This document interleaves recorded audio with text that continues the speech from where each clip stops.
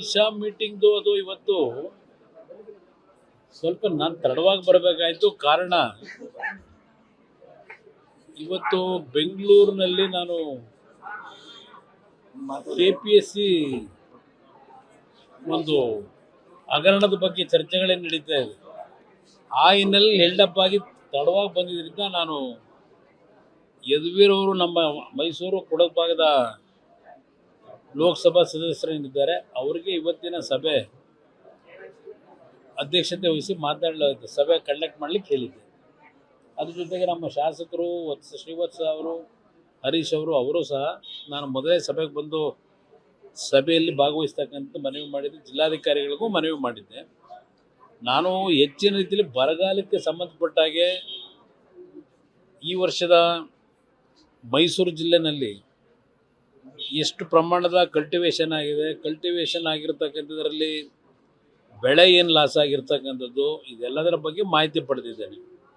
ಬೆಳೆ ವಿಮೆಗೆ ಸಂಬಂಧಪಟ್ಟಾಗೂ ಸಹ ಯಾವುದೇ ಸಮಸ್ಯೆ ಇಲ್ಲದೆ ರೈತರಿಗೆ ಇವತ್ತು ನಾವು ಮೊದಲೇ ಪ್ರಚಾರ ಮಾಡಿ 7,000ಕ್ಕೂ ಕಡಿಮೆ ರೈತರು ಬೆಳೆ ವಿಮೆ ಮಾಡ್ತಾ ಇದ್ದಿದ್ದು ಈ ಬಾರಿ 23,000 ರೈತರು ಬೆಳೆ ವಿಮೆಯಲ್ಲಿ ಭಾಗವಹಿಸ್ತಕ್ಕಂಥದ್ದಕ್ಕೆ ಪ್ರೇರೇಪಣೆ ಮಾಡಿದ್ವು ಅಂತಕ್ಕಂಥವ್ರು ಏನು ಹೇಳಿದ್ದಾರೆ.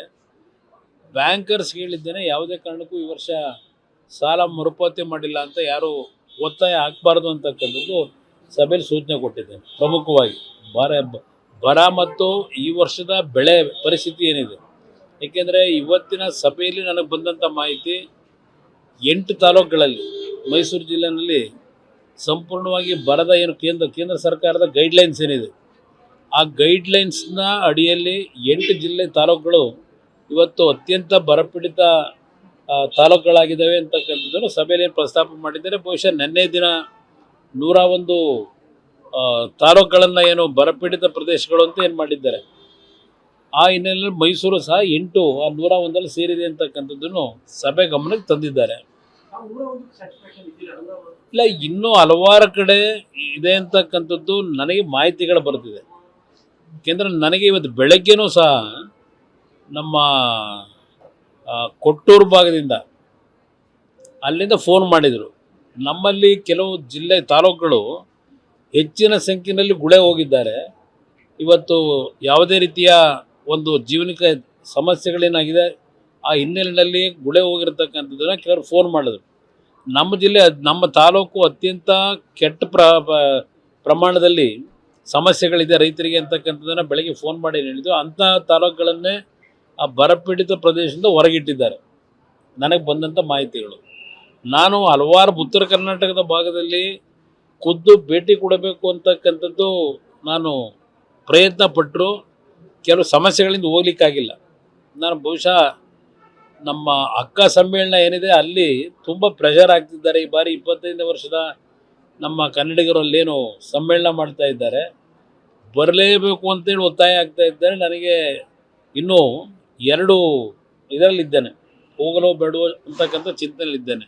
ಏಕೆಂದರೆ ನನಗೆ ಉತ್ತರ ಕರ್ನಾಟಕ ಭಾಗದಲ್ಲಿ ಈ ಬಾರಿ ಹಲವಾರು ಪ್ರದೇಶದಲ್ಲಿ ಸಮಸ್ಯೆಗಳಿರ್ತಕ್ಕಂಥದ್ದು ಸರಿಯಾದ ರೀತಿಯ ಬರದ ಬಗ್ಗೆ ಮಾಹಿತಿಗಳು ಪಡೆದಿದ್ದಾರೆ ಅಂತಕ್ಕಂಥದ್ದು ಎಲ್ಲ ಒಂದು ಕಡೆ ನನಗೆ ಇನ್ನೂ ಅನುಮಾನಗಳಿದೆ.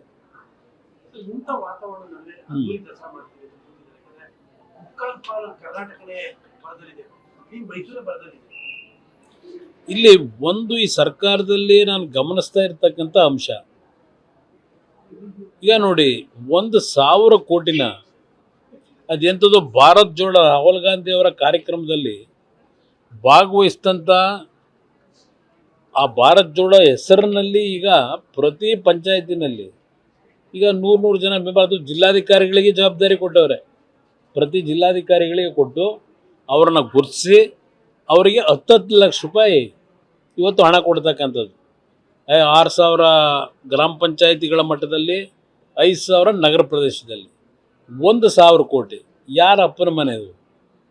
ಯಾರವರು ಭಾರತ್ ಜೋಡೋದಲ್ಲಿ ಕಾರ್ಯಕ್ರಮದಲ್ಲಿ ಭಾಗವಹಿಸಿರೋರು? ಆ 10 ಲಕ್ಷ ರೂಪಾಯಿಂದ ಅವ್ರು ಏನು ಕೆಲಸ ಮಾಡ್ತಾರೆ?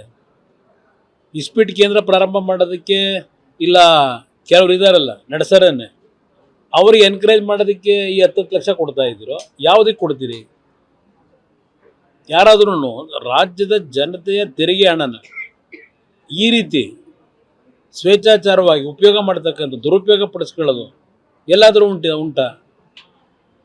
ಯಾವುದಾದ್ರು ಬಳಕೆ ಮಾಡಬೇಕಲ್ಲ ದುಡ್ಡು. 1,000 ಕೋಟಿನ ಹುಡುಗಾಟನ ಅಲ್ಲಿ ಇವತ್ತು ಹುಡ್ಕೋದಲ್ಲಿ ಬೆಂಗಳೂರಿನ ನಗರದ ಅಭಿವೃದ್ಧಿ ಅಂತ ಹೇಳಿ ಕಸ ಎತ್ತೋದಕ್ಕೂ ಸಾಲ, ಸುರಂಗ ಮಾರ್ಗ ಮಾಡೋಕ್ಕೂ ಸಾಲ, ಅದೆಂಥದ್ದು ನಿಮ್ಮ ಬಿಡದಿ ಇಂಟಿಗ್ರೇಟೆಡ್ ಟೌನ್ಶಿಪ್ಪು ಅದಕ್ಕೂ ಸಾಲ, ಇನ್ನು ಅಲ್ಲಿಂದ ಅದೆಂಥದ್ದು ಬಿಸ್ನೆಸ್ ಕಾರಿಡಾರು ಅದಕ್ಕೂ ಸಾಲ. 1,00,000 ಕೋಟಿ ಇವತ್ತು ಆ ಬೆಂಗಳೂರು ನಗರದ ಅಭಿವೃದ್ಧಿ ಹೆಸರಿನಲ್ಲಿ ಸಾಲ ಮಾಡ್ಲಿಕ್ಕೆ ಹೊರಟಿದ್ದೀರಿ. ಈಗ ಆ 1,00,000 ಕೋಟಿ ಸಾಲ ತೀರ್ಸಾರಿ ಯಾರು? ಹೋಗ್ಲಿ, ಆ ಕೆಲಸಗಳೇನು ಈ 2 ವರ್ಷದಲ್ಲಿ ಮುಗಿಸ್ತಾರಾ?